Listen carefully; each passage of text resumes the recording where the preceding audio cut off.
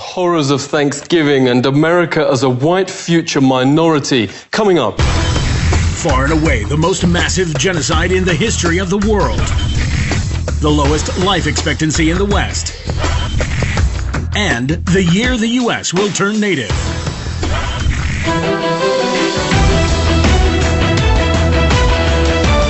Virtually none of Thanksgiving has an ounce of accuracy, notes the bestseller Lies My Teacher Told Me.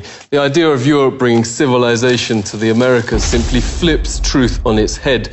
This is what European explorers actually found in North America. Far and away the most beautiful city on earth. 5 times the size of London or Rome.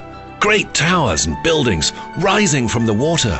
60,000 gleaming houses, and how spacious and how well built they were.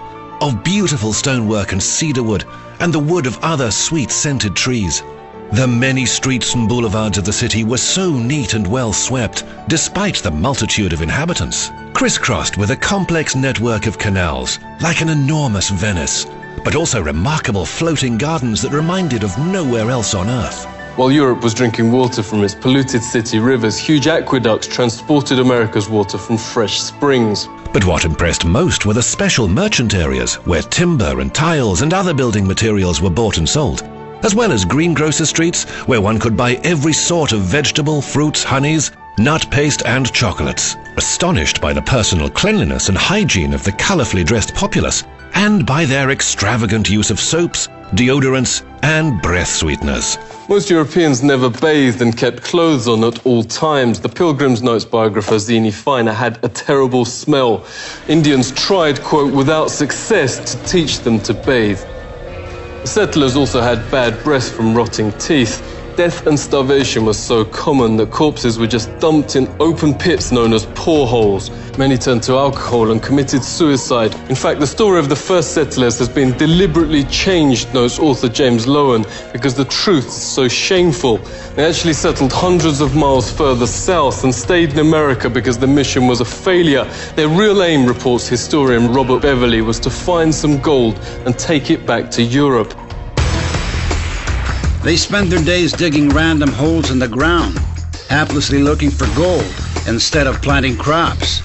Soon they were starving and digging up putrid Indian corpses to eat. They took some Indian prisoners and forced them to teach the colonists how to farm. And the meal with the natives wasn't quite the Thanksgiving shown on TV and in schoolbooks. The colonists offered the Indians a toast to eternal friendship, whereupon the chief, his family, advisors, and 200 followers dropped dead of poison. In mainstream history books, perhaps the most common description of American territory then is virgin land.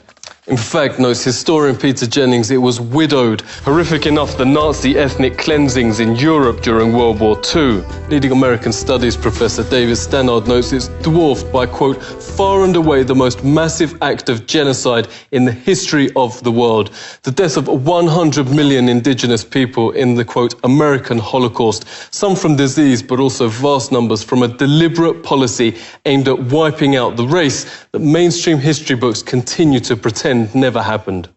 He notes when Heinrich Himmler called the final solution, quote, delousing, Himmler was only echoing the Pilgrim Army's rallying cry, nits make lice, nits being Indian babies. This was a map of Indian nations across the US. 80% of the first government's entire budget went on attacking existing Indian settlements to take their developed farmland. The settlers would most probably not have survived, writes Jennings, on their own. 95% of America's entire population was then wiped out. American Holocaust notes there is documented evidence of colonist leaders going town after town, deliberately killing all men, women and children. Yet school text and history books remain silent. Orders came from the very top. Under the direct order of George Washington, at least 28 of 30 Seneca towns and all the towns of the Mohawk, Onondaga and Cayuga were simply obliterated. George Washington wrote the Indian country, quote, must be destroyed. Thomas Jefferson called to, quote, pursue Indians to extermination. Nobel Peace Prize winner Theodore Roosevelt called beneficial the eradication of the native race. Stannard notes genocide was official public policy. California Governor Peter Burnett in his 1851 message to the legislature. Extermination must continue to be waged until the Indian becomes extinct. Another governor issued the public proclamation to, quote, pursue, kill and destroy all Indians. A witness notes the ensuing bloodbaths practically wiped out the native race. The whites shoot them down like wolves, men, women and children, wherever they could find them. This war of extermination against the Aborigines is tending to the final extinction of the race. What reportedly saved the race from extinction was their use as slave labor. This extermination policy has proved so injurious to the interests of the whites. Indian labour is indispensable. Highly prized slaves were Indian girls as young as 3, said the Marysville Appeal, for fulfilling double roles of labour and of lust. Phil Lane Jr. is hereditary chief of the Hankton One First Nation. Phil, really great to see you. What facts are being airbrushed out of history? Practices were that sometimes you don't want to speak about. And they not only wiped out most of the people, but the way they did it, the greatest loss of people any time in history. Cultural genocide is still being waged on surviving Indians, reports Truth Out. From the start of the 20th century, children were forced into so-called Indian boarding schools, designed to, quote, kill the Indian in them, according to the system's founding father, Richard Pratt. Indians are obliged to change their name to a Western one like Tom, made to dress and style their hair like whites. Indigenous Americans are also forced to adopt Christianity and all other parts of Western culture. Lenore Stiffan witnessed the abuse firsthand. Thank you so much for speaking to us. Can you tell us what happened? Federal policy here was to take the Indian out of the person. They beat the language out of like my father. He grew up his whole life, his hands were kind of bent. As a result, he used to talk our native language, but he never wanted me to learn. I consider myself a recovering Catholic because of, the sexual abuse that I experienced, from the Catholic Church. Daniel Sheehan says the genocide is continuing. He's helped start the Lakota Child Rescue Project to stop the forcible removal of Indian children. Daniel, thanks a lot for coming on. Could you tell us what is happening to the children? And what we discovered is that not only were the children being taken on an epidemic level, that it was happening on every single one of the reservations and in virtually every one of the major cities. The International Convention Against Genocide actually has a provision which expressly identifies what's going on as genocide, that the systematic undertaking on the part of the racially dominant culture in a given nation state, taking away indigenous children from their native tribes and putting them in the white culture has been identified as genocide. Even the Supreme Court still upholds natives' second-class status to this day, writes noted legal scholar Robert Williams. He joins us now. It's really great to speak to you. Can you give us some examples? 1 out of 3 Indian women will be raped during their lifetime. In 86% of those cases, the victims report that it's a non-Indian that perpetuated the sexual assault or the rape.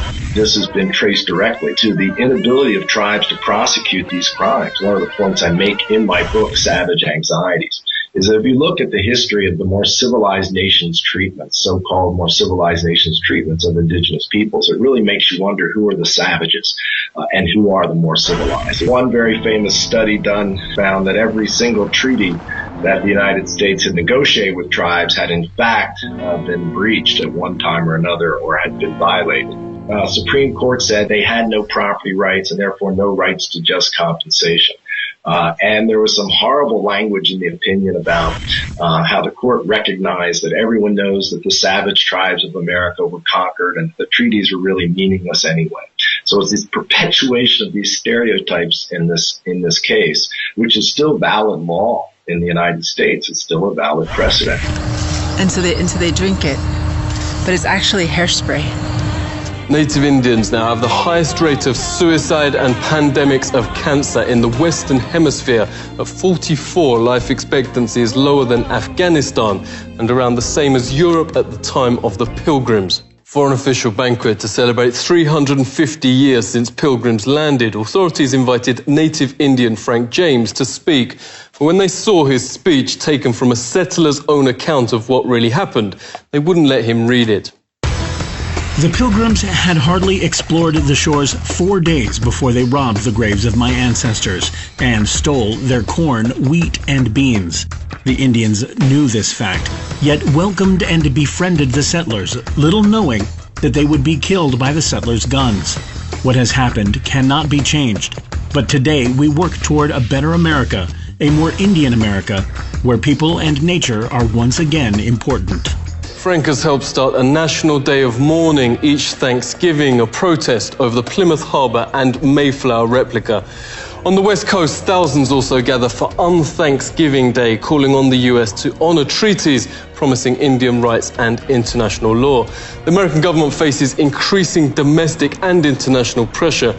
Supreme Court has reaffirmed the validity of the Treaty of Fort Laramie, giving Indians rights over the area. The United Nations, despite 4 countries voting against, Australia, New Zealand, Canada and the United States, passed a resolution declaring Indigenous peoples' right to self-rule.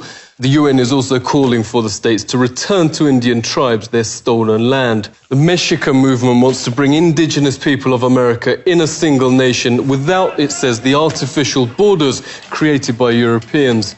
Movement's director, Olenteska Lepoka, joins us. Really great to see you. You say the demographics are on your side. We are projected to be the majority in the states of California and Arizona, and basically the western United States. In the next 50 years, we're going to be the majority in the United States of America. For the European who's scared about all this, I'd say pull a seat over, because that's what we've been doing for 500 years.